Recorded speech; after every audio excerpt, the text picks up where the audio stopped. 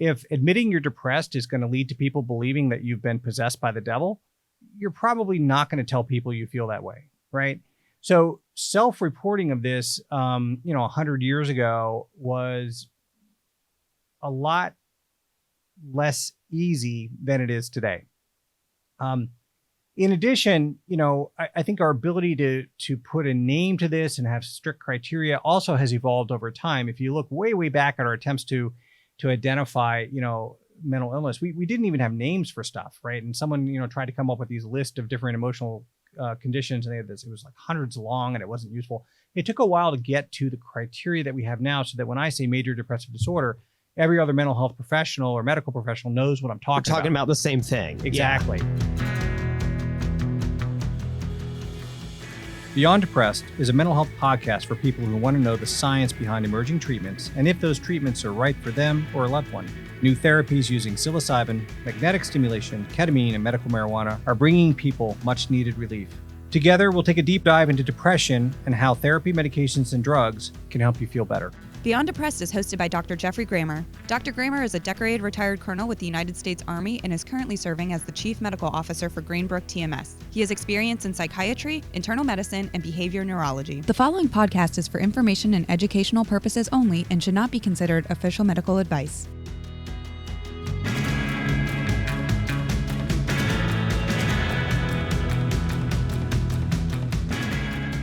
Hi, everyone. I am Joe Clements, a professional podcast producer, and I have a friend, Dr. Geoffrey Grammer, who recently told me he was interested in doing a podcast about mental health and the state of mental health and how much advancement has come in recent years in the treatment specifically of depression.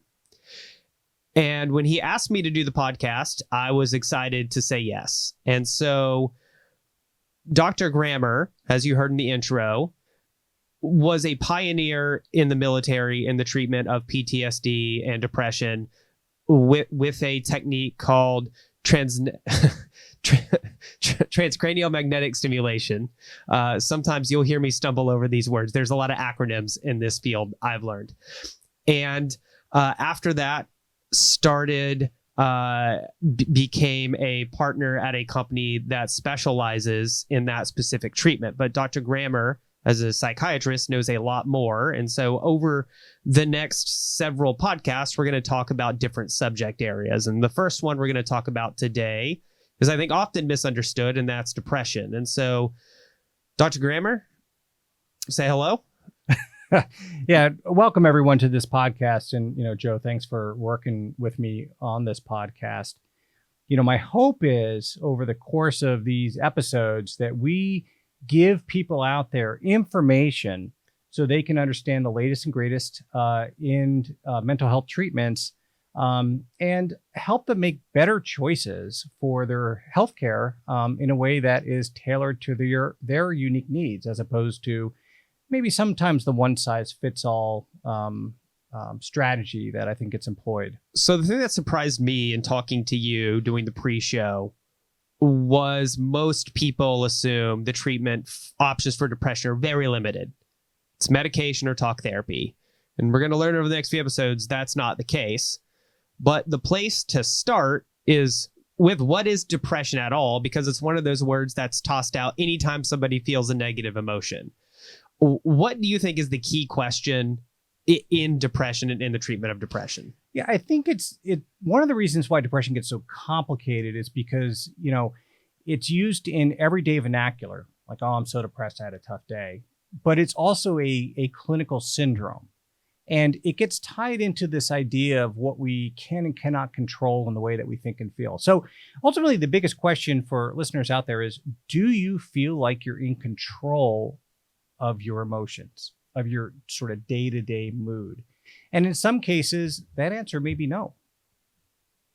So let's go into that, right? Because there's two things in mental health, but in depression specifically, you'll hear advised. So one is it's a medical condition. It's like a broken leg or stroke. You're not in control at all. And the other is, if you change your lifestyle habits, eat better, exercise, change your thought patterns, you're in control like that. Which of those is actually true, or is either actually true? Yeah, I mean, I think sort of all of it's true. And it's one of the things that makes it so tough is the way our brain works is it has a kind of synergistic relationship, or actually a back and forth or two-way relationship with the environment. So the way we interface with our environment is controlled by our brain, but our environment also controls how our brain functions. And if you think about it, that can seem kind of intimidating at first because it falls into, well, where am I in my self-determination with this? But every other physiologic mechanism of the body has sort of a similar phenomenon. So, if you take someone who's very athletic, okay, they can reduce their risk of injury on, like, say, the athletic field if they are exercise and stretch and do all those sort of precautionary things. The way that they the way that they play sort of in a game, for example, if they're playing a sport, can dictate the risk of injury. But sometimes, stuff just happens and you get injured. And sometimes the injury was sort of preceded by a vulnerability to that particular, anatomic defect. And so the brain works the same way. So, you're absolutely right. Like, not only are there extremes in the range of severity of depression, but the way that depression can come on and the way that it influences us is almost sort of infinitely dynamic and full of different possibilities. So the thing that seems unique to me about depression is that everybody seems to have it or experience it, right? Or at least by label. Oh, I'm just feeling depressed. I'm just feeling down. What distinguishes I feel depressed, right? Basically, I feel sad from, actual medical condition of depression, where treatment or therapy is necessary. What are the differences there? Yeah, it mainly has to do with the severity of symptoms, the duration and sort of predominance of symptoms, and then meeting certain criteria. Okay. So being unhappy is normal at times. Okay. And the absence of unhappiness can actually be maladaptive. It can be, inhibiting, right? In order to appreciate joy, some people would say we have to have periods where we feel the lack of joy. Mm-hmm. But there's a mechanism in the brain that sort of is the rheostat for how we feel. And like every other part of the body, that can become stuck. And if it gets stuck on the I'm unhappy or sad all the time setting, then that begins to have a cascade of events that has real world medical complications. And just to help people understand, like in major depressive disorder, which is a clinical condition. So is everybody who is clinically depressed, is that the definition of major depressive disorder? Or is there a difference? There's just like sad because something bad happened. There's, depressed, moderate, and then there's major depressive disorder, or is any sort of actual, there's a physiological issue, major depressive disorder? So in the old days, we used to think of depression having two variants. There was sort of an intrinsic, meaning inwardly focused depression, and an extrinsic, meaning it was influenced by outside events kind of depression. And they got rid of that because in the end, it didn't really matter. Once you develop depression, you're depressed. Major depressive disorder, okay, defines a specific condition that is characterized by what's called a depressive episode. There are other things that can lead to depressive episodes, like bipolar depression, for example, or some medical conditions, for example, can be associated with a depressive episode. What defines a depressive episode? Right. So a depressive episode is when you meet this constellation of symptoms, okay? And there's people see this online, but just bear with me. You can't talk about depression without going through the criteria. So we'll kind of get through this. But, it is the presence of being unhappy or sad more often than not, more days than not, depending, a decreased interest in activities or lack of pleasure from activities. And then there's other symptoms that go with it, but you must have one of those first two, okay? And that has to be around for at least a period of 2 weeks. Then in addition, you can have, issues with ruminative guilt, feeling poorly about yourself, changes in appetite that can either be an increase in appetite or decrease in appetite, changes in the way that you move sort of spontaneously. We all have sort of a basal level of almost Brownian movement. And for some people, they can get slowed down, so they look like they're moving through molasses. And for other people, they can actually get sort of neurotically agitated and pace and wring their hands and so forth. Is that caused by this relationship between depression and anxiety, where if you have depression where you're also really anxious, you might have more of that movement, and if you have a depression where you're not anxious, you're just you're just not experiencing enjoyment, you'd have lower levels of movement? Well, yeah, let's get into that in a little bit about the neurotransmitter hypotheses of depression, because I think that is part of it for sure. But you can also have sort of a restlessness even if you're not anxious. And think about it, sometimes if someone is in pain or if they feel like they're sick to their stomach, they will pace, they will kind of, rub their hands through their hair, because they just feel bad, and there's nothing, you can't offload that discomfort. Mm-hmm. It's not like an elbow that you sprain and you're like, oh man, I can massage it. So sometimes that motor activity just is born out of trying to offload the discomfort. You can have changes in energy levels, typically lower energy level, issues with sleep, either sleeping too much or too little. Sometimes people get kind of a textbook 2 a.m. awakening that can be extremely disruptive. You can lose the ability to concentrate fully, which can have a huge impact with things like school and work. And then at an extreme, some people can feel so badly that they begin to have thoughts of suicide. And a lot of times they're what we call ego dystonic. So, they don't even want to think about that, but that becomes another symptom of depression, not necessarily. What is ego dystonic? Oh, sorry. Ego dystonic means they don't want it.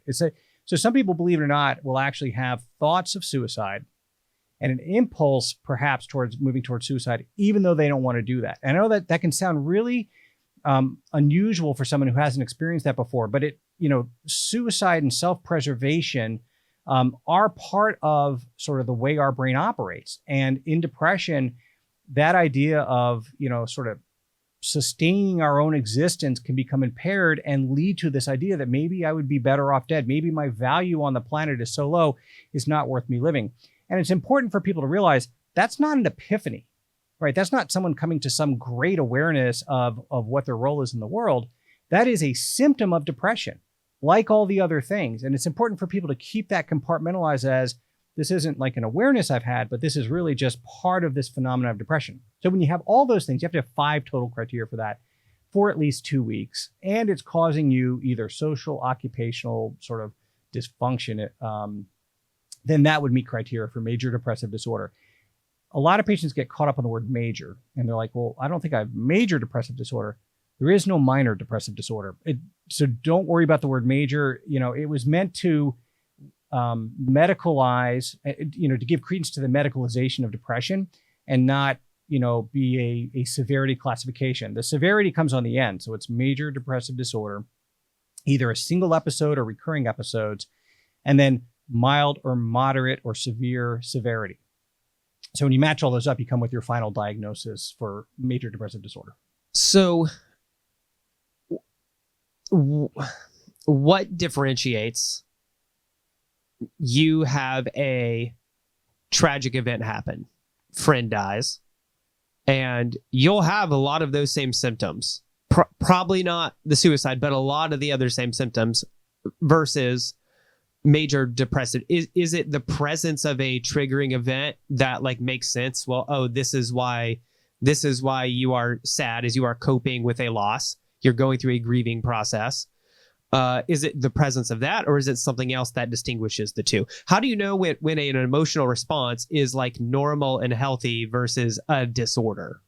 Yeah, I think, and honestly, sometimes it's hard. Like bereavement, which you kind of brought up. If you have a loss of a job, a relationship, a family member, you name it, that can lead to symptoms that look very similar to major depressive disorder. In the old days, meaning like 10 years ago, we actually had distinctions for that, where we tried to parse out, well, is this bereavement, meaning, I'm grieving from something, or is this major depressive disorder?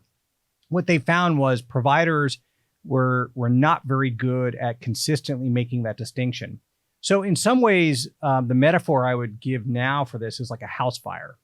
There can be a lot of things that cause a house fire. Some of them are external entities that come in, like if someone dumps gasoline on your front porch and lights it on fire, that's a very, major external entity. If you have faulty wiring in your house, a predisposition for this, that could spark and start a house fire. If it's full of, tinder-like substances like hoarded newspapers, that can be a fire.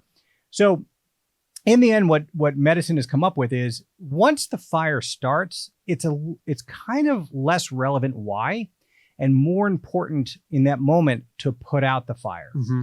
Now, you can't ignore those other things. If you have faulty wiring and you put out the kitchen fire, like don't go living through your day, you might have a living room fire, right? So you still have to address those other issues. But when the fire is ongoing, when you have that depressive episode, that becomes the immediate point of clinical concern, regardless of the etiology. Do we know what distinguishes a person who has resiliency to those triggering events externally versus what distinguishes somebody who doesn't and that tips them over into major depressive disorder? Yeah, I think, it's important for people to realize, well, a couple things. Kind of following up with what we were talking about before, I want everyone to understand that depression isn't just uncomfortable. It's not just inconvenient. There have been a few studies that show that it has real world physiologic consequences. The life expectancy decrease from having untreated depression is about equivalent to smoking cigarettes. So think about that for a moment, right? If you smoke cigarettes, people are like, hey man, that's bad for your health. Like no one really doubts that, at least most people don't doubt it. But for a lot of people that are depressed, they're like, oh, I'll just get through it. And I'm like, no, this is like, you're decreasing your life expectancy. You're increasing your risk of heart attacks and strokes, and you're increasing your risk of cancer. And if you have an existing medical disease like diabetes or cancer, your all-cause mortality is going to be greater than, other people with the same medical conditions, but that aren't depressed. Mm-hmm. So it's got, real world consequences. So this is interesting because, right, what that would suggest is that there's some experience of pleasure or enjoyment that is required for a health, essentially.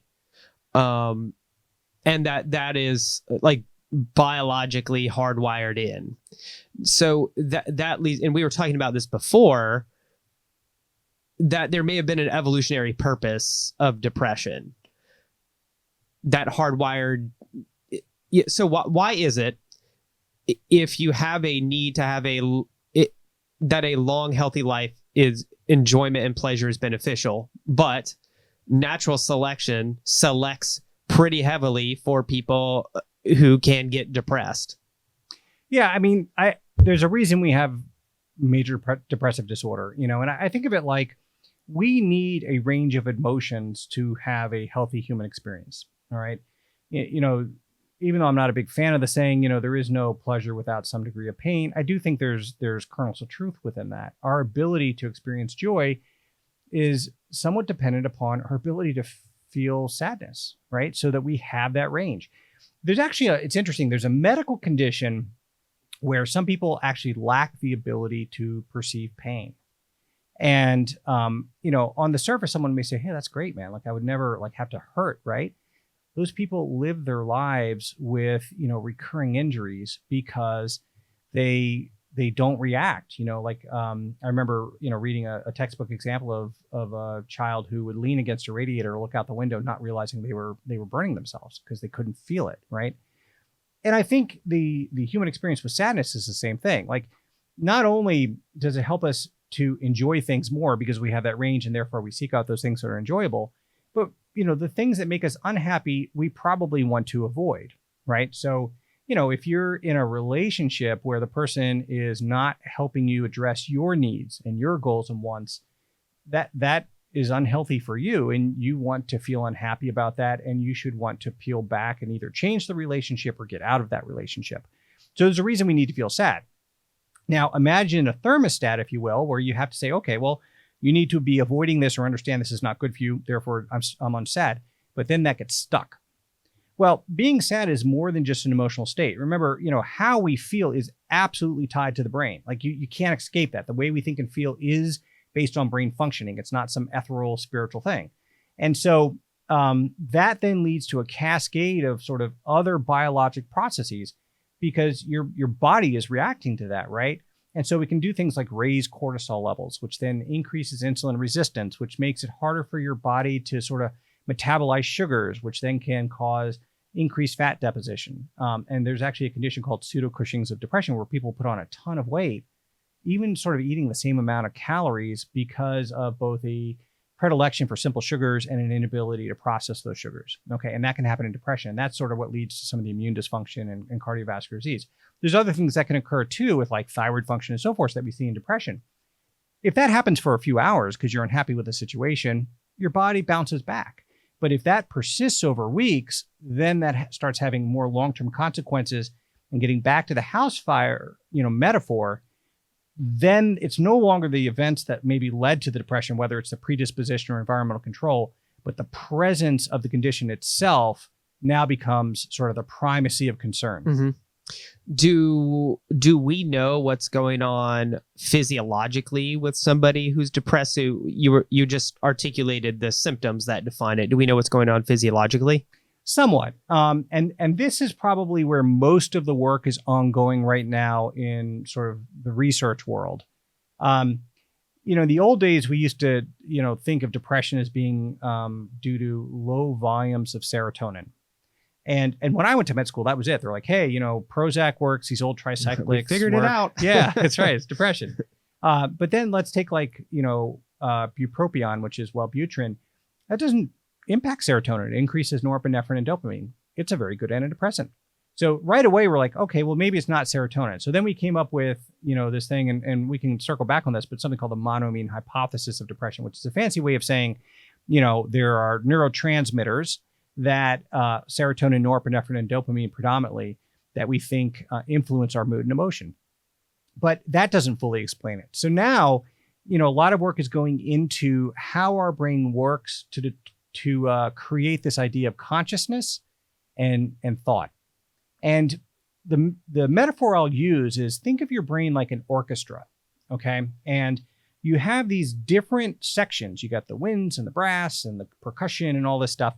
And they all have to play in time and in tune and all playing off the same sheet of music, right? So there's a lot of things that go into it. But the summation of that is greater than the sum of its parts, right? So, or the whole of that is greater than the sum of its parts.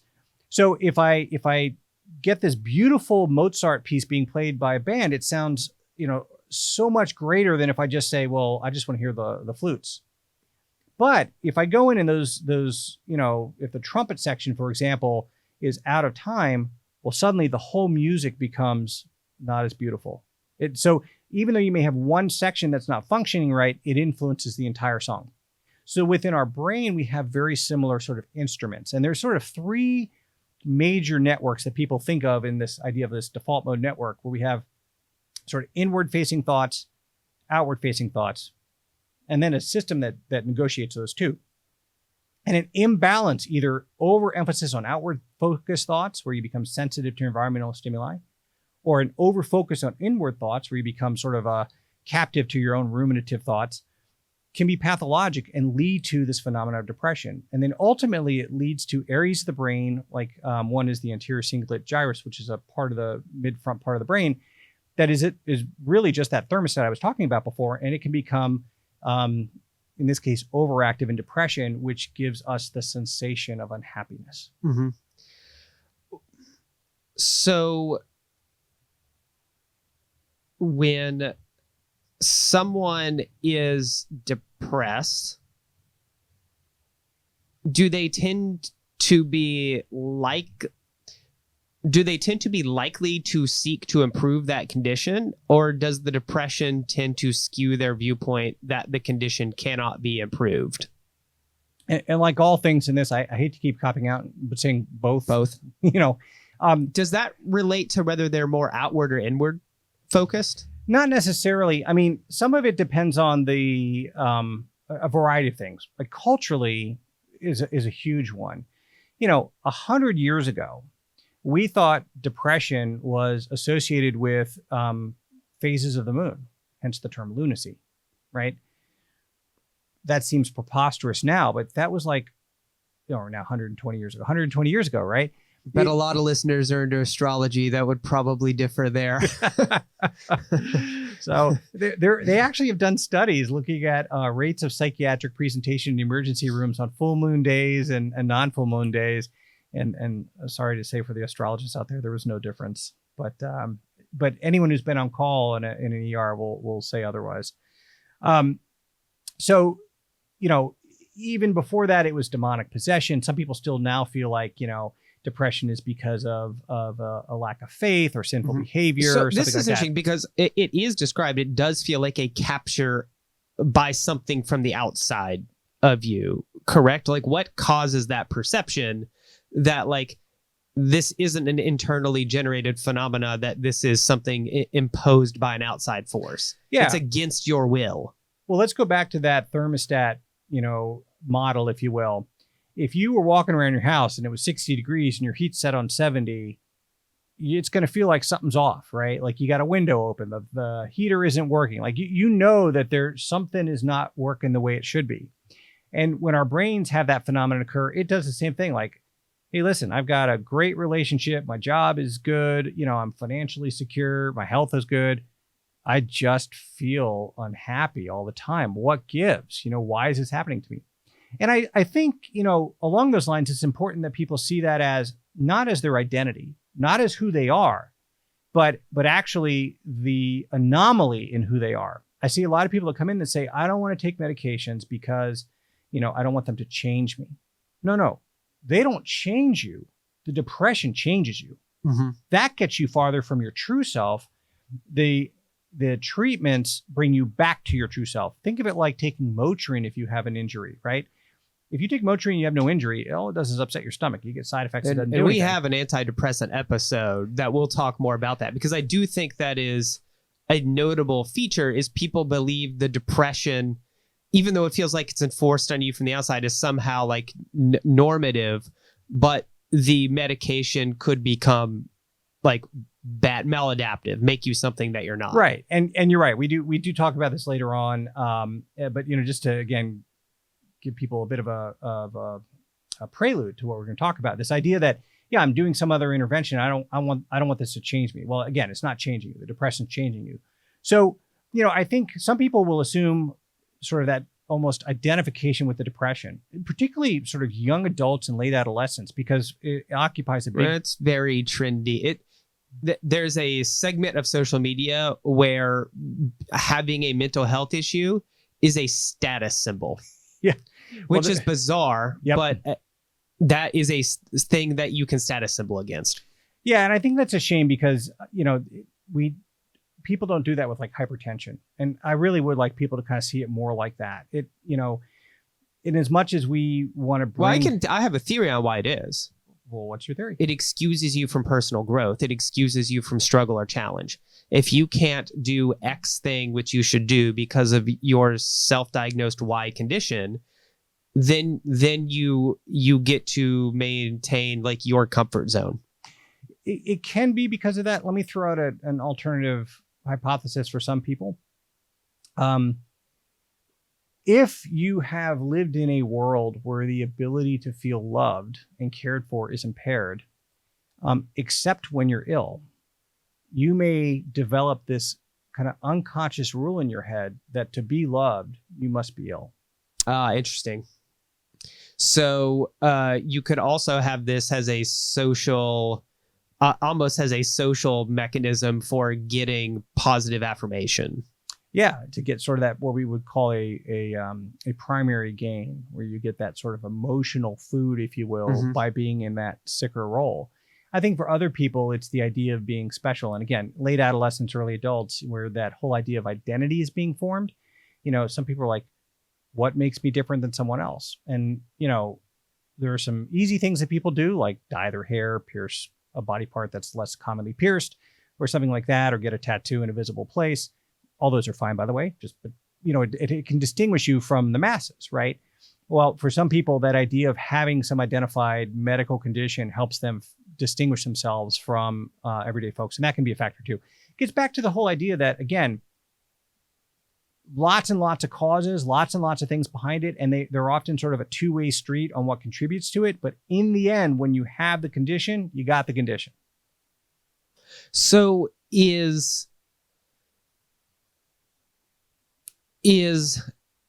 depression more common now than it's been, or is it merely recognized for what it is? Because there's two ways of thinking. One is that modern society and mental health are counter to one another.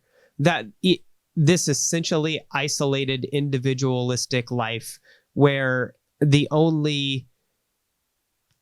things that you need are actually too easy to get. It's too easy to get water and food, so there's no pleasure in that.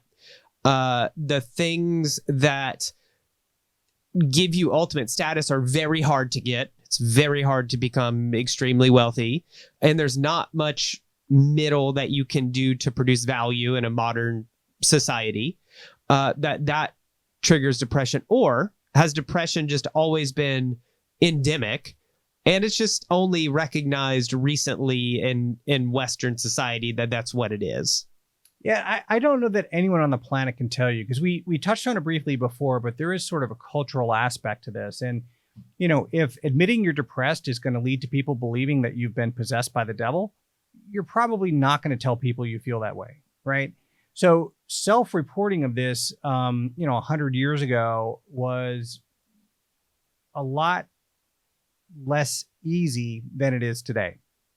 In addition, I think our ability to put a name to this and have strict criteria also has evolved over time. If you look way back at our attempts to identify, mental illness, we didn't even have names for stuff, right? And someone, tried to come up with these list of different emotional conditions, and they had this. It was like hundreds long, and it wasn't useful. It took a while to get to the criteria that we have now, so that when I say major depressive disorder, every other mental health professional or medical professional knows what I'm talking about. We're talking about the same thing. Exactly.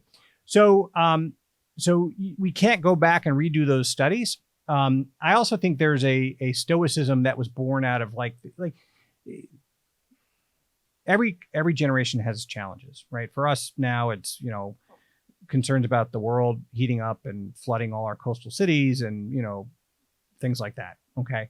But remember, like in World War II, like millions of people died.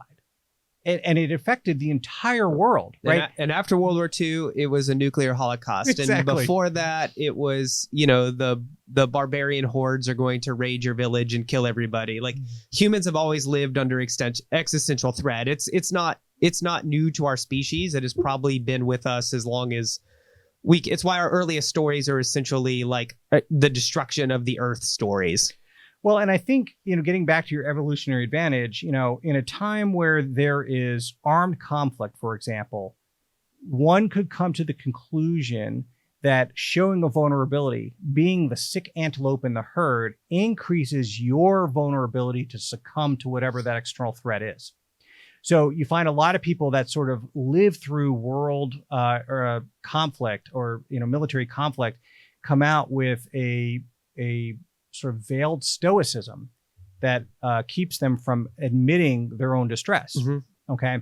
So when you go back and look at old literature, it is a victim, if you will, of the aberrations in self-report and the way that people felt about self-reporting. So that may be part of the reason why now people there's a term for it. People are more likely to kind of report it because it's a slightly different existential threat on the planet. So that's one factor. However, there's a very real argument to be made that in the past, we would go, take our bikes and go see our friends in the neighborhood and go play baseball or something. Now you go onto social media and someone's, Photoshopped the heck out of their profile picture and you're comparing yourselves to people that aren't even real. Like, it's not even. Yeah. And so this whole idea of like image and where I fit within this, and this affects, it's not just teenagers. You see adults who are like, all my friends are so happy. They're going on vacations with their significant others. And why can't I do that? As every mental health professional will tell you, they are not that happy. Exactly. Like, social media is not reality. It's what I think wish reality was sometimes. And so I think that like constant sort of comparison that we have now on these over idealized senses of where we should be and what we should be doing drags mood. And then sort of timely from when this is recorded, in 2021 here, the pandemic has really messed with people. So, we think of a basal rate of depression being about 6 to 7% of the general population at any one period of time.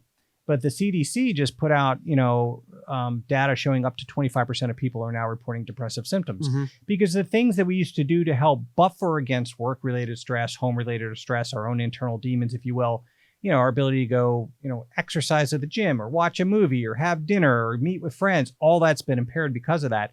And we're seeing depression, self-reporting skyrocket. So to get back to your original question, I think it's always been there. I think we're better at recognizing it now. So some of the inflation in rates is probably related to that.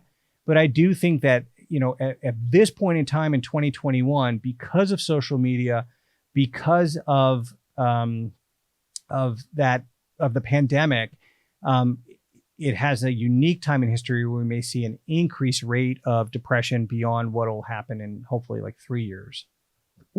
So in theory, though, that would have intergenerational effects, because if you take the number of people and triple it who are experiencing depressive symptoms in a pandemic, some number of those people are going to be responsible for the rearing of children, either their own children or school or whatever.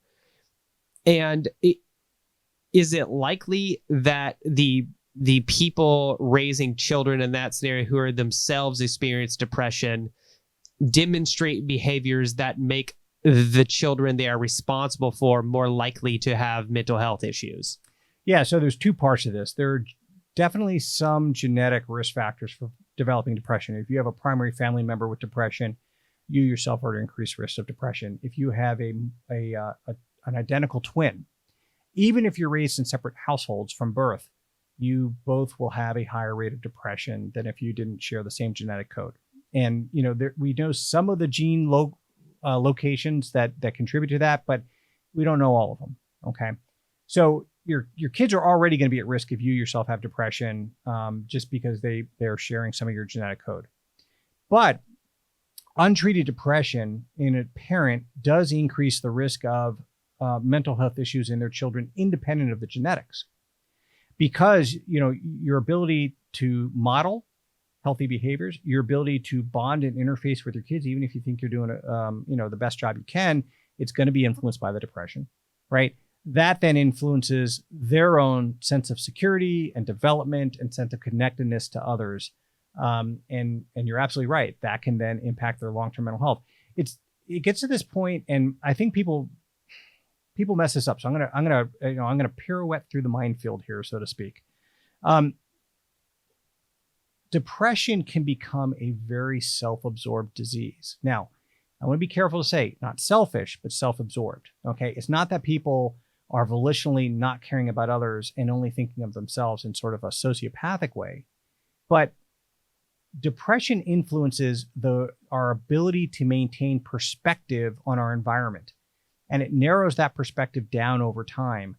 And we actually see that happen in functional imaging, showing decreases in metabolic activity in the frontal lobes, where it helps maintain that broader perspective. So again, it's putting sort of biologic blinders on you. So as people go through this suffering, it is easy to underestimate the spillover and the pain that it causes those around you as well. Mm-hmm. So some people will come to me and say, I don't want to be selfish and get treatment. I need to be home for my kids or my friends or what have you. And I'm like, no, the part, you may think that you're protecting them by not getting treatment, but you're actually not. The way to best protect them is to take care of yourself, even if it doesn't seem like that is intuitively, logical. So one last question on depression, something I knew somebody, still know him, comes from a family with mental illness, was depressed, would meet all your symptoms of major depressive disorder, medication failure is everything. Loves the outdoors, decides to hike the Appalachian Trail. Does.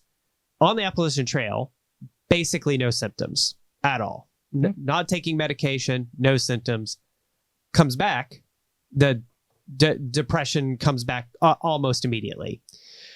And you hear this anecdotally in other cases. So people, when they live a certain place, they feel depressed. When they leave that place, the symptoms alleviate. How much of what drives even major depressive disorder it is environmental? Yeah, it can be all or none. I mean, honestly, and again, we'll use some medical metaphors for this. If you have ischemic heart disease and angina, which is where you get chest pain when you exert yourself, if you're sitting or walking, you may be fine. But the minute you do a light jog, your chest starts to clench up because your heart's not getting enough oxygen. There are some people where if you simplify the environment, then that is not stressing the resiliency that gets impaired by the depression, and they can be fine. But if the only way you can be happy and healthy is to be essentially on like a vacation, like that's not adaptive, right? It's showing that vulnerability, and it's not your fault. That is just the decreased bandwidth. So let me push it. Yep. Is that adaptive in that, like, the simplified environment is probably a return to an environment that more closely matches what humans have evolved to be in. And so that like what is somewhat maladaptive is like the way we live our lives in modern society with social media kind of stacked on top of each other in high-rise condos or little neighborhoods where, no one sees a tree, things like that. Yeah, I mean, you can definitely make the argument that the world is more complex now, and that for some people that can overwhelm the sense of mastery and control.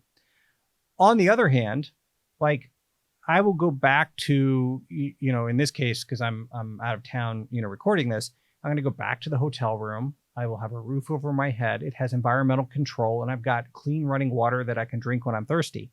And if I need food, I go down and at Hotel Duval or whatever, I can get this like awesome, sandwich, right?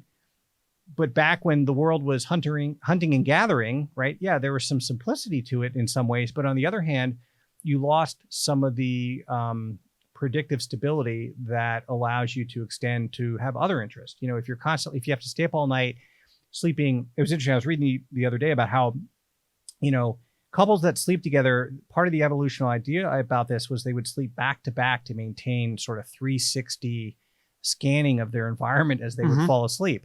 And dogs, initially wolves, if they had them nearby and would bark or howl, was another kind of warning mechanism for that. Like, man, that would kind of stink if the only reason you had to sleep with like your significant other was to maintain like environmental guard over potential external threats. So I think, again, two-way street, and it's sort of, all and none and everywhere in between in this, where, yeah, the world can be more complex in some ways now, but on the other hand, it's more predictable and safe. The world was more simple, thousands of years ago, but if you got a splinter, you could get an infection and die. But what if humans actually don't do well in predictable, safe environments? Because, take your dog. Like, if you board your dog in a kennel where it's just in the kennel for a week, it's predictable and safe. The dog is probably not happy in that environment.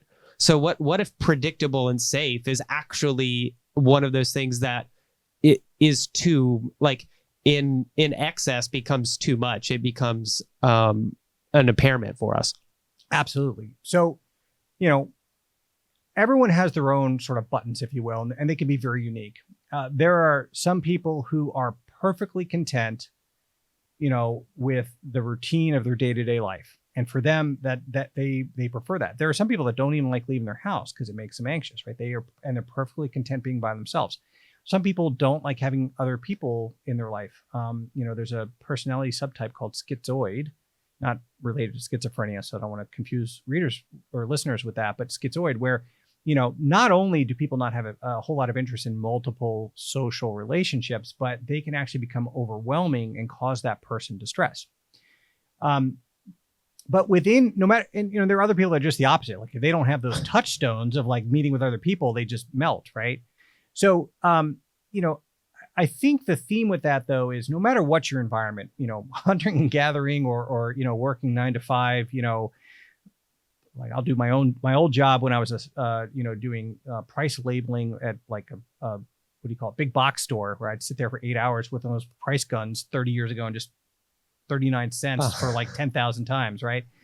You gotta define purpose. Everyone needs to have some sort of purpose, and for some people, their purpose is I'm occupying this space and time right here and right now, and I'm good with that. And other people are my purpose is right over the horizon, and the journey is like getting there, and sort of everywhere in between. But if people don't have that purpose, I think that it becomes a big vulnerability. And in modern society, I do think it can sort of kidnap people away from pursuing their hopes and dreams and so forth, and get them to accept complacency. And then that can breed that sense of dissatisfaction. If you don't like working that much and you're working 100 hours a week, it is going to be hard to find places of serenity and happiness in that environment. So wrapping up on depression, multiple causes. There is a criteria that must be met to have major depressive disorder. Probably most of the things people label as depression are not actual major depressive disorder. They are responsives to negative stimuli, which people with a healthy level of resilience will work through. But major depressive disorder is something that requires treatment. It doesn't go away on its own. And I think I've heard you say before that, if you have a relapse of major depressive disorder, it makes you more likely to have the next episode. Yeah. So each episode increases the chances of a future one. Yeah, I think one thing to I don't want people to misunderstand, okay? And that is, people will use the word depression in everyday language to describe unhappiness.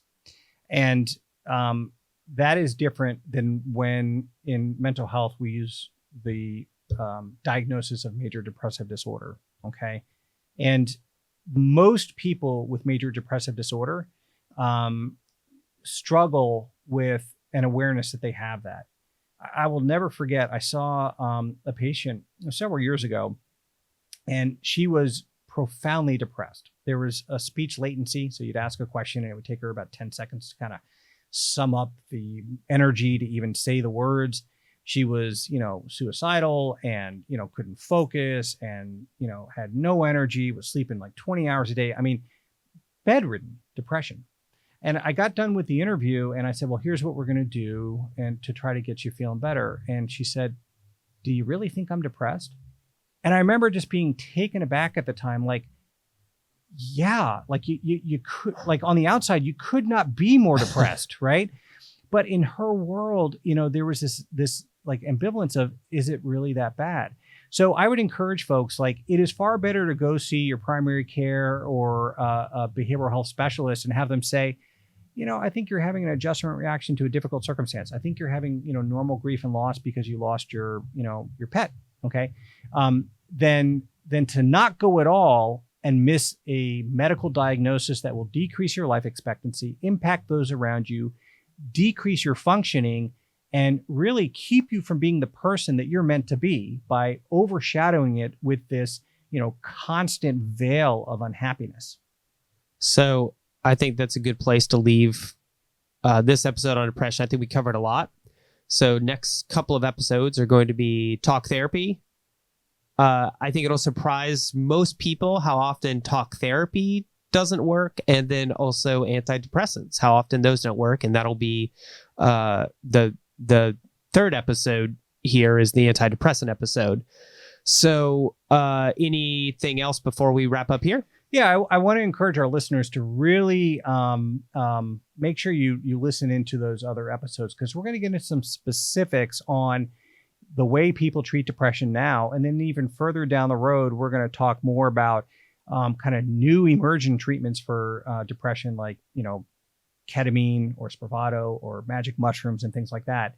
And I think people will be very surprised to find that the treatment options out there for folks are much broader, much greater, and much more varied than maybe they had been previously led to believe.